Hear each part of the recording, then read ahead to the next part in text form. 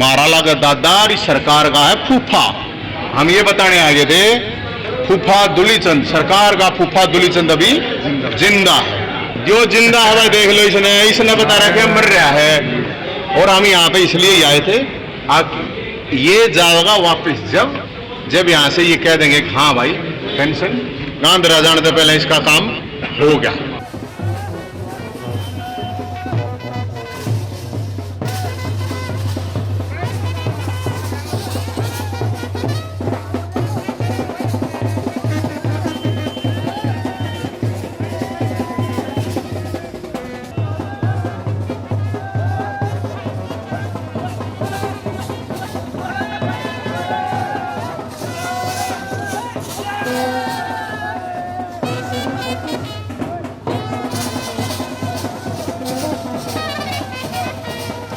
नमस्कार, आप देख रहे हैं वॉइस ऑफ पानीपत और मैं हूं आपके साथ सोनम।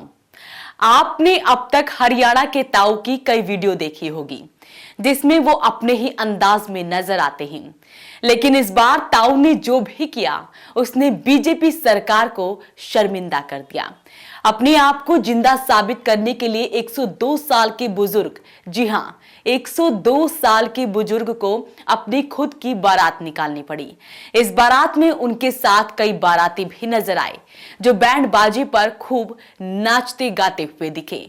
और तो सभी के हाथों में जो बैनर दिखे वो तो कमाल के ही थे, जिस पर लिखा था मैं अभी जिंदा हूं और थारा फूफा अभी जिंदा है।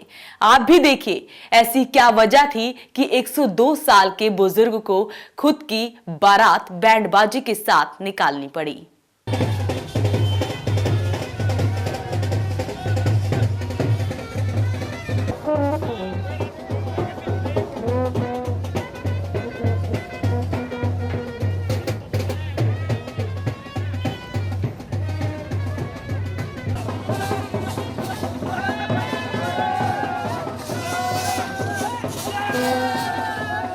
दरअसल अपने आप को जिंदा साबित करने के लिए 102 साल के बुजुर्ग को बैंड बाजे के साथ बारात निकालनी पड़ी, क्योंकि सरकारी रिकॉर्ड में उसे मृत घोषित कर दिया गया और पिछले 6 महीने से उसकी बुढ़ापा पेंशन बंद है। जब बुजुर्ग शहर में से अपनी बारात लेकर निकला तो लोग देखते ही रह गए। अपनी बारात लेकर बुजुर्ग रोहतक के केनाल रेस्ट हाउस पहुंचा, जहां पर हरियाणा के पूर्व सहकारिता राज्य मंत्री व भाजपा के प्रदेश उपाध्यक्ष मनीष ग्रोवर भी मौजूद थे। बुजुर्ग की समस्या को देखते हुए मनीष ग्रोवर इधर उधर अधिकारियों को फोन मिलाते हुए नजर आए और आखिरकार अधिकारी रेस्ट हाउस में ही बुजुर्ग की समस्या का समाधान करने के लिए दौड़ते हुए पहुंच ही गए। रोहतक जिले के गांधरा गांव का रहने वाला दुलीचंद, जिनकी उम्र 102 साल है, जो बुढ़ापा पेंशन ले रहे थे। 6 महीने तक परिवार के लोग अधिकारियों और कर्मचारियों के चक्कर काटते रहे, लेकिन समाधान नहीं हुआ। आखिरकार बुजुर्ग को जिंदा साबित करने के लिए रथ व बैंड बाजे के साथ नाचते गाते बारात निकालनी ही पड़ी, ताकि अधिकारियों और सरकार के लोगों तक ये बात पहुंचा सके कि बुजुर्ग पेंशन को लेकर कितने वो परेशान हैं। लाखों जो बुजुर्ग हैं हरियाणा में जिनकी पेंशन गलत तरीके से सरकार ने काट दी है। हजारों ऐसे लोग हैं, मेरे पास तो इतने फोन आ रहे हैं कि भाई हम आर्डर भी दिखा रखे, इस गांव में भी मर्यादा दिखा दिया। ये भी 102 साल का बुजुर्ग है, नाम है दुलीचंद और जिंदा है। यो बुढ़ापा पेंशन नहीं दी जा सरकार ने, तक कोई बात नहीं, नमारो भी क्या दी हो। और हम यहाँ पर आए थे, मैंने पता चला अगर रोहतक का मुख्यमंत्री यहाँ पर आ रहा है तो हम रोहतक के मुख्यमंत्री मनोज ग्रोवर जो है उनके पास आए थे। तो अब वो यहाँ हालांकि मना किया गया था कि नहीं है यहाँ कोई नहीं है, लेकिन यहाँ थे। अब हम तो बैंड बाजा बारात और मारा लगा दादा सरकार का है फूफा। हम ये बताने आगे थे फूफा दुलीचंद, सरकार का फूफा दुलीचंद अभी जिंदा है। जिंदा है ना? ए बे टोका ठाका बता। हाँ जिंदा है ना?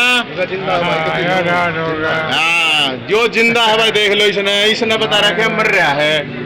और हम यहाँ पे इसलिए आए थे, आप ये जाएगा वापस जब यहाँ से ये कह देंगे कि हाँ भाई पेंशन गांधरा जाने से पहले इसका काम हो गया। वहीं जैसे ही बुजुर्ग दुलीचंद रथ पर सवार होकर निकले और आगे बैंड बाजी के साथ युवक नाचते गाते हुए अपना विरोध दर्ज करा रहे थे। हाथों में पोस्टर बने हुए थे कि दुलीचंद अभी जिंदा है। अधिकारियों के कार्यालय पर जाने की कोशिश की गई तो गेट बंद कर दिए गए। आखिर सभी लोग कैनाल रेस्ट हाउस में पहुंचे, जहां पर पूर्व सहकारिता राज्य मंत्री और बीजेपी के प्रदेश उपाध्यक्ष मनीष ग्रोवर मौजूद थे। उनके सामने जब समस्या रखी तो क्या कुछ उन्होंने कहा वो भी सुनिए। और मेरी आपके चैनल से माध्यम से प्रशासन से मांग है, क्या उनके खिलाफ जिस अधिकारी ने ये हरकत की है उसके खिलाफ कार्रवाई होनी चाहिए और उनकी पेंशन बहाल होनी चाहिए। एज ए रोहतक का नागरिक होने के नाते, as a Bharatiya Janata party का उपाध्यक्ष होने के नाते, जो 60 साल के ऊपर के पेंशन है, विधवा पेंशन है, जो रूल हैं सरकार के वो बिल्कुल तय हैं, उनको मिलेगी। अगर किसी ने ये शरारत की है उसके खिलाफ कार्रवाई होनी चाहिए। लापरवाही जब आप तीसरे महीने तक दे रहे हो मार्च के और 9वां महीना आ गया, 6 महीने के अंदर आपके आईडी के अंदर इसको मृत घोषित है। इसलिए ये कंप्यूटर की गलती है, स्टाफ की गलती है। वो अभी एडीसी महेंद्र जी आ रहे हैं, जिस काम को वो देख रहे हैं, वो देखकर उनकी जो भी है इसकी जांच करा के जो दोषी उसके खिलाफ मैं मांग रखता हूँ कार्रवाई होनी चाहिए। इनकी ना फैमिली आईडी मैंने देखी है, जो पहली फैमिली आईडी है। बेसिकली ट्रिपल पी बनने का तरीका ये है कि ट्रिपल पी में एक फॉर्म होता है, उसमें वो सारे परिवार के लोग अपना पर्टिकुलर्स भर के देते हैं। फिर परिवार के मुखिया के हम साइन कराते हैं कि ये पर्टिकुलर्स ठीक हैं क्या, उसके आधार पर उन्होंने साइन करके दिया हुआ है। तो उसमें वो फैमिली आईडी में पहले वो जिंदा दिखाए गए हैं, फिर वो दूसरी एक करेक्टेड फैमिली आईडी दिखा रहे हैं जिसमें उनको मृत घोषित दिखाया हुआ है, मतलब जिनमें उनका नाम नहीं है। वो हम चेक करना चाह रहे हैं कि दूसरी फैमिली आईडी किसने वेरीफाई करके दी है और किसने करेक्ट कराई है, जिसके आधार पे इनकी फैमिली आईडी में इनको मृत दिखा दिया है। तो वो मैंने कहा कि एक दरखास्त दे दो, इन्होंने दे दी है। तो वो हम जो प्रोसीजर है, ऑनलाइन प्रोसीजर है, उसके तहत उसकी वेरिफिकेशन करा के भिजवा देंगे। ये है जी, देखो वो किसी ने करेक्ट कराया होगा, फैमिली मेंबर ने फार्म दिया होगा, क्योंकि जो पहली फैमिली आईडी है, ठीक है, उसमें वो जिंदा है।